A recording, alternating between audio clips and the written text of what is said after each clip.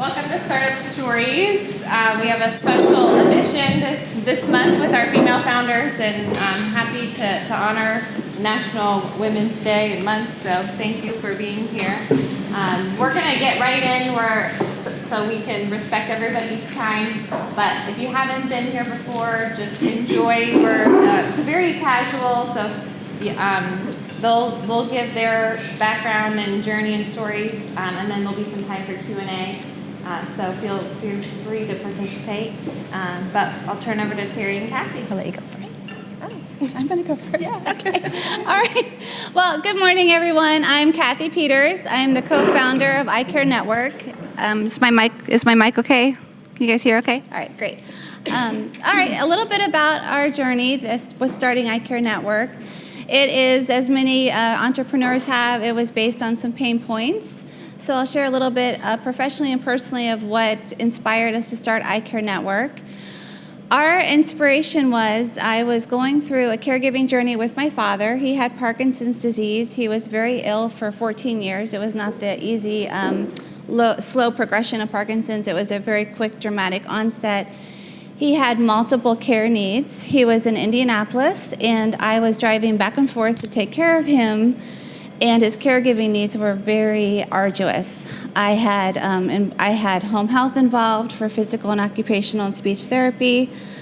He was eventually in assisted living. I had private duty home care involved with him. I had his neurologist, and of course all our disparate family members too. So I was constantly coordinating his care, communicating, updating, and trying to maximize all of the preventative care services to keep him safe and aging in place without hospitalizations. He eventually ended up in hospice and passed away in the year 2018.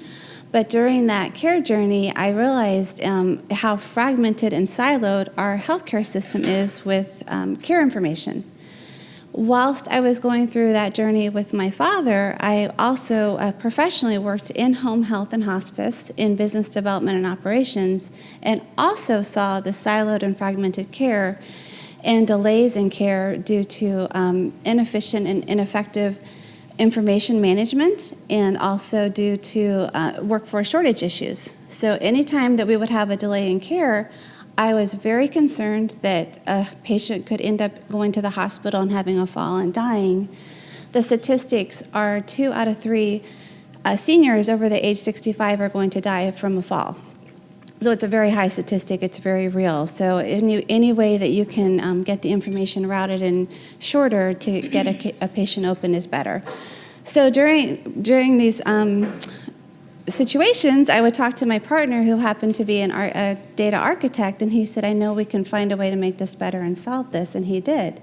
And he literally built our platform from scratch to help with automated updates, streamlined and effective care coordination, and maximizing information routing. So you have information that is in our platform that we can either push or pull to different entities and systems, so everything is very streamlined and coordinated. And it addresses a couple of different issues. One is there is a severe workforce shortage right now. I'm sure many of you have noticed. It is extremely dire in the healthcare setting. Patients are actually being triaged in hospitals. Home health companies are not able to open clients in a timely manner, nor are hospice companies. So imagine if this was your loved one that is not getting the care that they need in a timely fashion because there's not enough staff to care for them. So what our solution does is we provide, again, like automated workflows and streamlined communication, so we're able to replace our technology replaces some of the antiquated systems. Like there's actually paper checklists that a lot of companies are still using, so we automate those systems to make it a little bit easier. And then having the communication in one hub really replaces like a nurse having to update a family member, update an assisted living director, update numerous entities within the healthcare system. I mean, that can take 5 or 6 hours right there, just updating people, and then our platform updates everybody at the same time. It's very easy. So that was our journey. So we're very, very passionate about making sure that seniors get the care that they need in a very effective and efficient way, and they really are able to maximize all the preventative care services that are available to them. So we're really excited about that, and I'll be excited to hear your questions. That's awesome. It's definitely needed for sure. I'm dealing with that with my mom right now. So my journey is a little bit different. So I'm Teri Sirset. I'm one of the founders of DASI Simulations. DASI was formed December 5th of 2019, so we just had our 3-year anniversary. And I'm fortunate enough to have Prasad DASI, Dr. DASI here, who is the CTO and also founder of the company. So we are well equipped to answer any technical questions that you have. So my journey also started with my father. My father had a wealth of health information, and sadly he passed away in 2006 pretty suddenly, but it was from heart valve complications. And at the time I didn't know much about heart valve complications. I just knew that he died way too early. He was only 67. And so I've been in healthcare my whole life. I'm a registered dietitian by trade, so I've kind of taken quite a different few paths to get to where I am right now. But at the time, I was really, really fortunate to be in the right spot at the right time. So my daughter had graduated from Ohio State in 2018, and I was working for another simulation company. I live in California, and I happened to be in San Diego, and Dr. DASI was at a trade show. It's called TCT, and he was passing by where I was exhibiting some product. And I was very, very excited because he had Ohio State students with him. And I'm born and raised in Cleveland, so I've been a Buckeye since I was born. I think it's stamped on my birth certificate, actually. And I was exuberant that he was passing by with a bunch of Ohio State students, and my daughter just graduated. And so I, of course, reached out to him. And he's very shy and very humble, and I think he probably wondered who in the heck this girl was that was like really coming at him. So I brought him over to where I was exhibiting my product, and I shared with him that we were working on transcatheter aortic valve models. They were silicone models at the time, and it piqued his interest because he was also working on some simulation technology in the same space.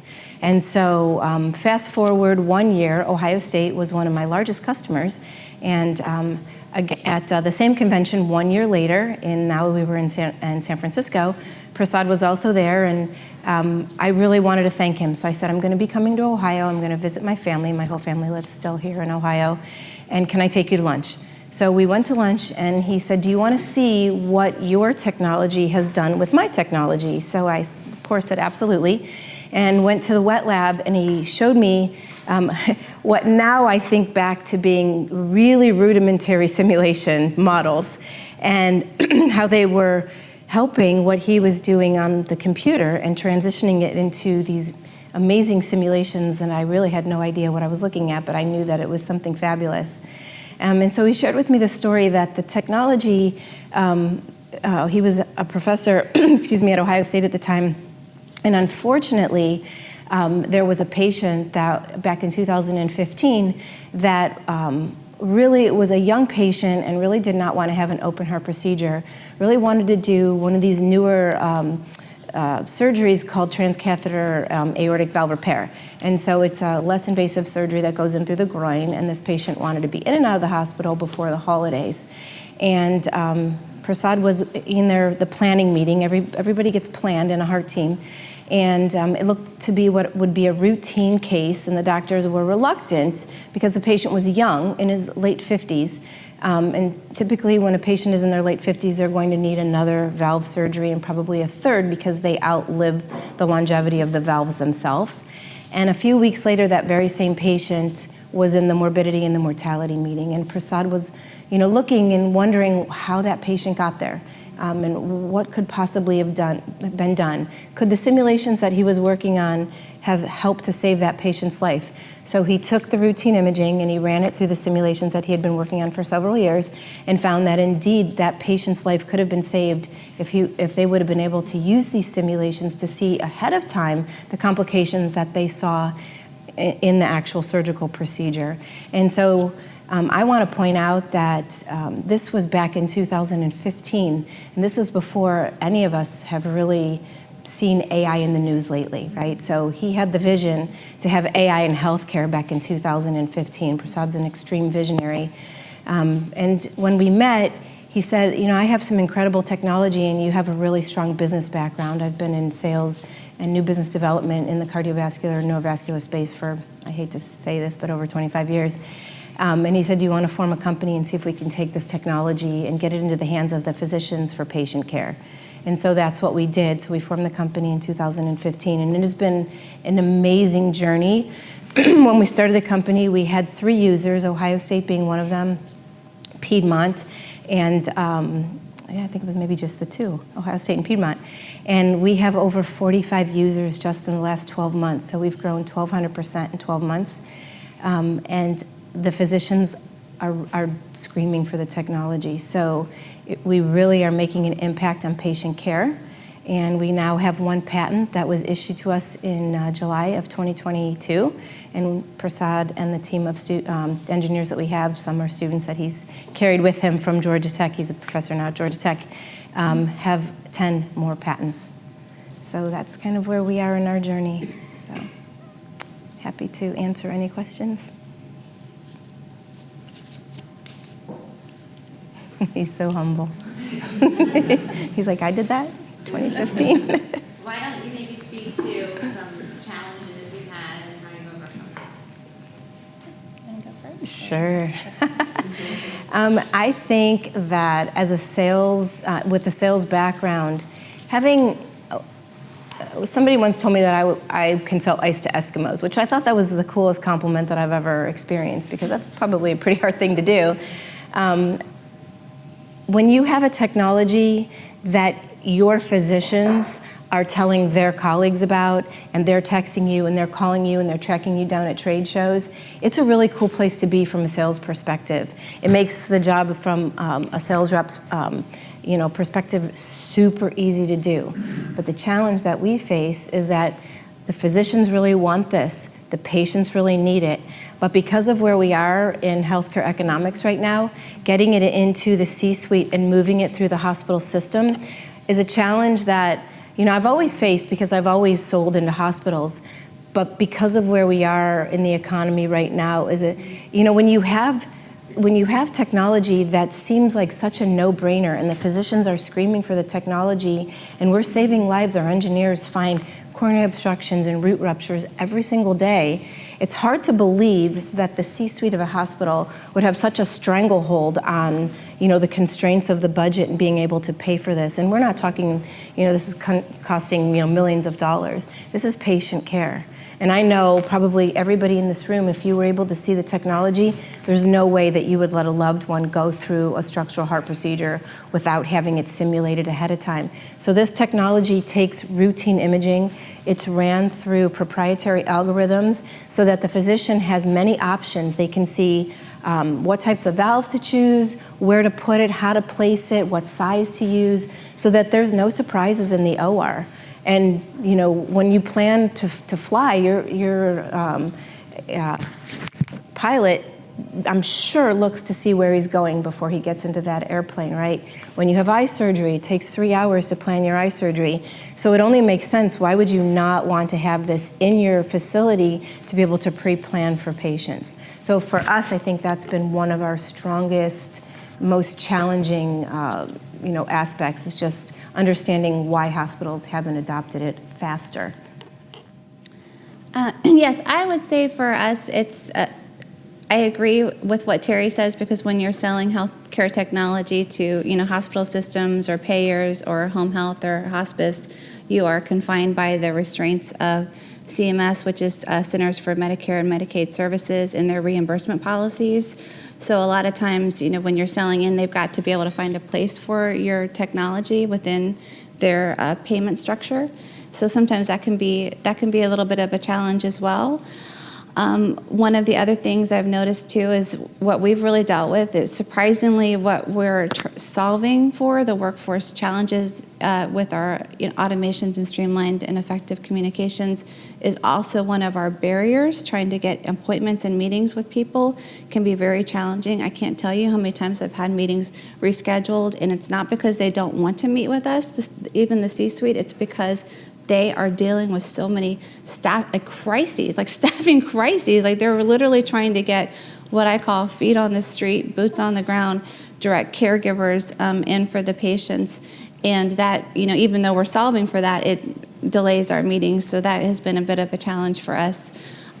for sure. And when we've been able to schedule our meetings, like we're successfully able to reschedule with a CFO with the largest nonprofit hospice in Indiana, and they're very excited and embracing our technology. But that meeting took me 8 months, 8 months from the time I started until the time we were able to get to that. So it's just the length of time, and what Teri says, there is a huge level of excitement once they understand it and they see it and they know the problems we're solving for, because they can see the vision once we show it to them. It's just being able to secure that meeting and not have it be rescheduled multiple times. And then also, as Teri mentioned, making sure that you have a clear case for, revenue and patient outcomes, so people can understand that, because if you implement this technology, you are going to increase your revenue rates because of how effective it is with the efficient systems and things like that. So.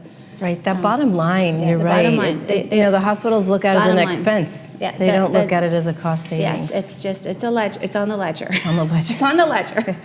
That's what I've learned when you're selling into healthcare. So, one thing I will say we have really learned from this, though, and we've taken from these challenges, is we are now developing a virtual at-home program. It's a hybrid model for a geriatric care manager. So we're taking our technology and we're adapting, and we're going to be selling this, and we're actually piloting our very first pilot. We'll be launching April 1st with a geriatric care manager utilizing our technology. So that way we are not going to be beholden to the payment systems of CMS in the home health and hospice arena, and we're actually going to go after the private pay, because there's a huge gap right now between people that can qualify for Medicaid and people that can afford the private care. There's a really big gap. There's a complete lack of knowledge, and it's due to nobody's fault, but understanding the preventative care services that are available to them.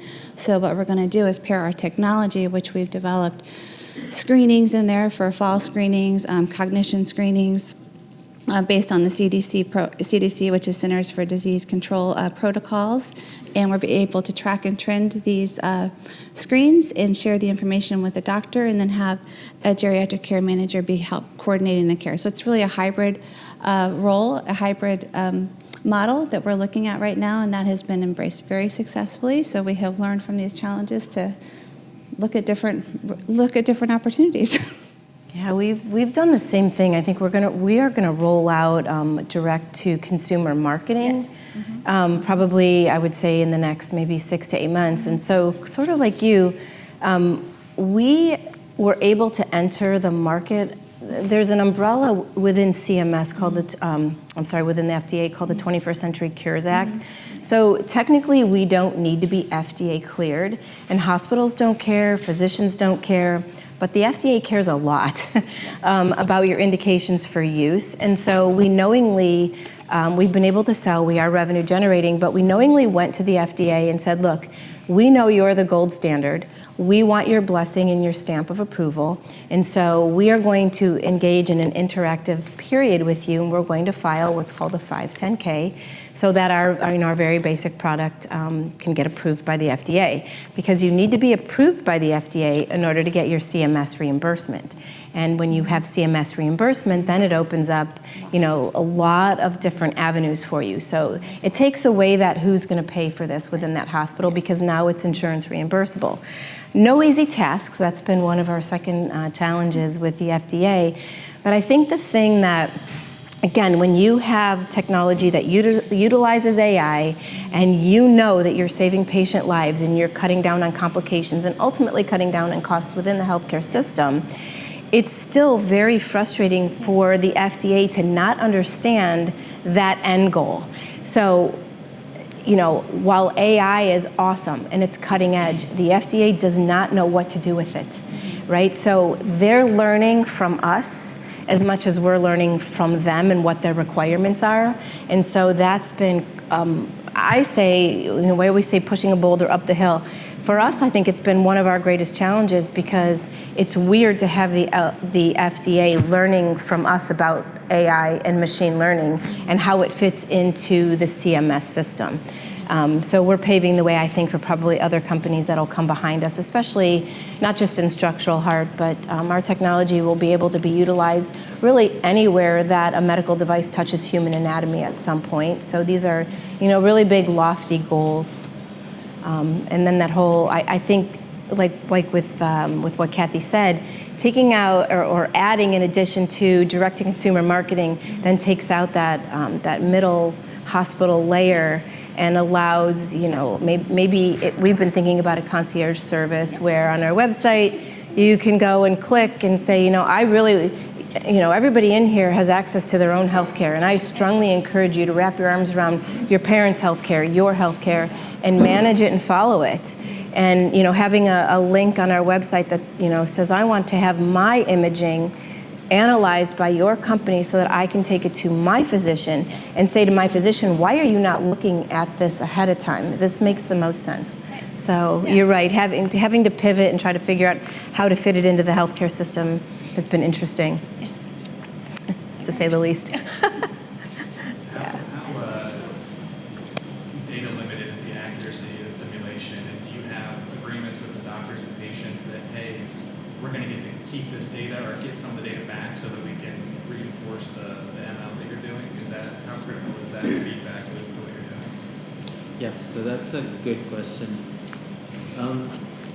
So the AI ML that we have actually is at different layers. It's built layer on top of layer, kind of like a cake.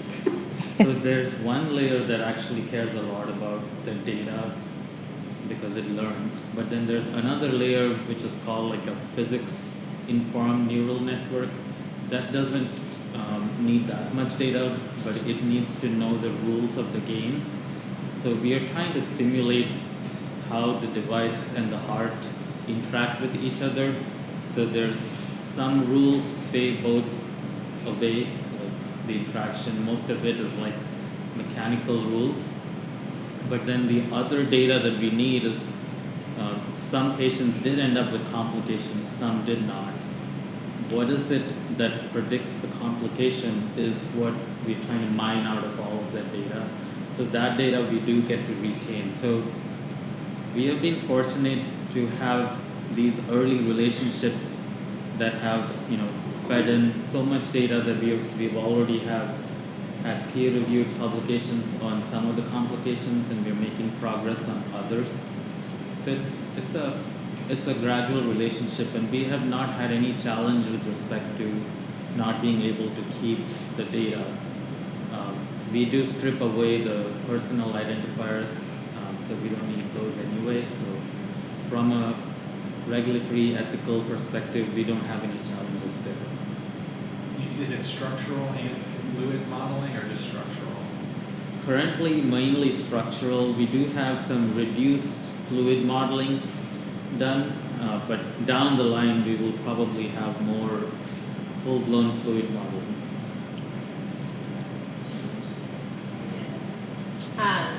And this is more of a personal question for the two of you. Obviously, both leaders and startups, how do you either persevere or motivate yourselves or your teams to keep going when you hit those challenges? Because I imagine that is a good it question. can be very difficult when you hit these roadblocks. So what are some either tactics I'll let you take that one first. you use to Oh, that is a great question because it really is very challenging. I'll tell you one thing. I have a sign in my room that says, "You can do this."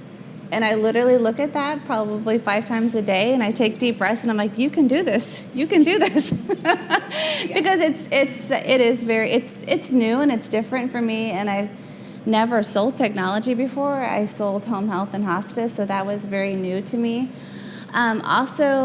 This can be. You guys can think about it yourselves, but this can be a blessing and a curse. My co-founder is my personal partner, so we live together. We have a child together. So if any of you can imagine trying to do a startup business with your partner, whoever that might be, imagine what that would look like.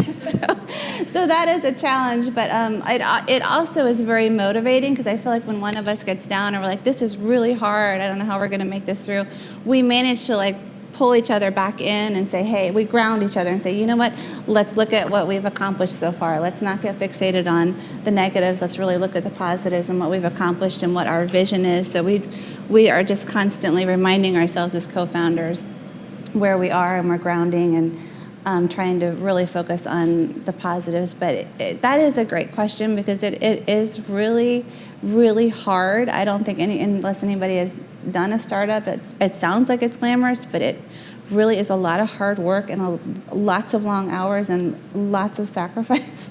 I cannot tell you how many times my 9-year-old has been at Panera meetings, like on his iPad, which is embarrassing to admit. I mean, it's like you have to do something, you know what I'm saying? You have to fit your meetings in whenever you can. So he's sometimes with us at a meeting, and we just have to kind of keep going. That is a really, really good question. So for me personally, I'm in the gym a lot. Orange Theory and I have become really, really good friends. I think it's really important, I know for myself, to, I have a time change because I go back and forth between California and here. And so these guys are really pushing it hard, and it's 4 in the morning for me, and my phone already starts going off.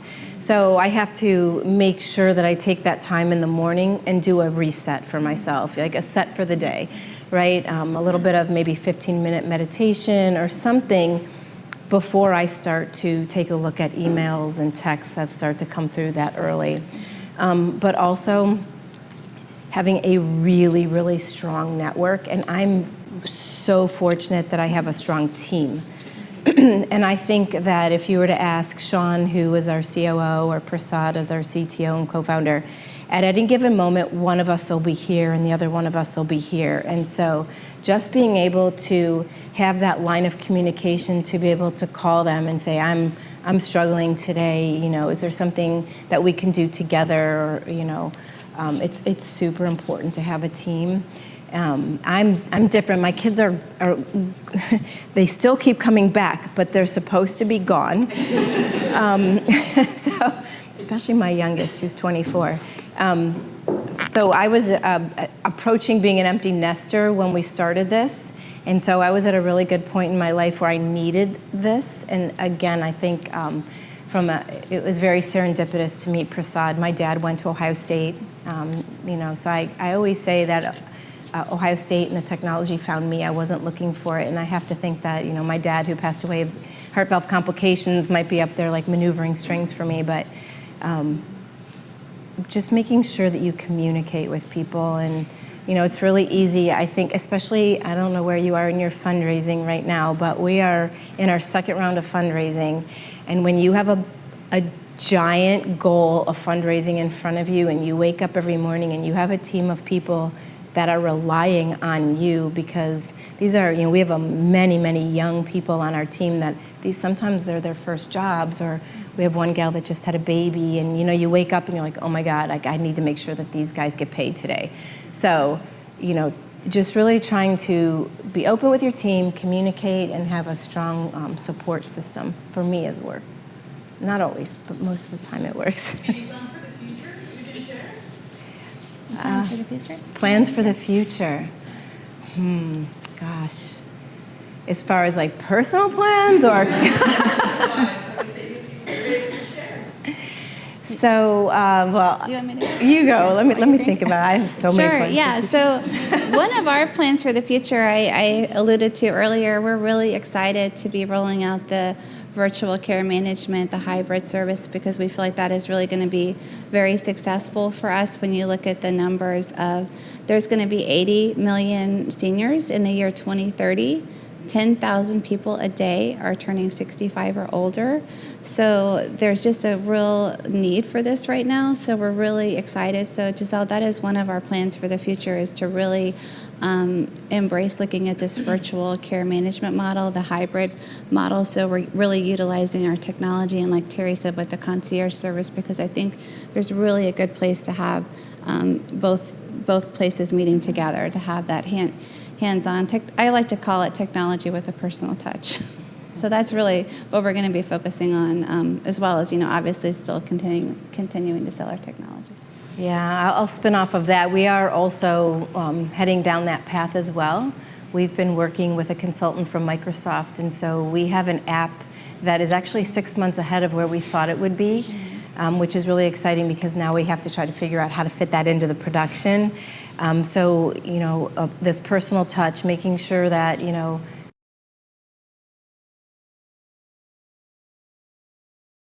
With the physicians, we don't struggle with getting in front of physicians. They are constantly calling us. So that my aha moment was that, this is a pain point that we are really, really helping with, just not just the physicians, but with the patients also.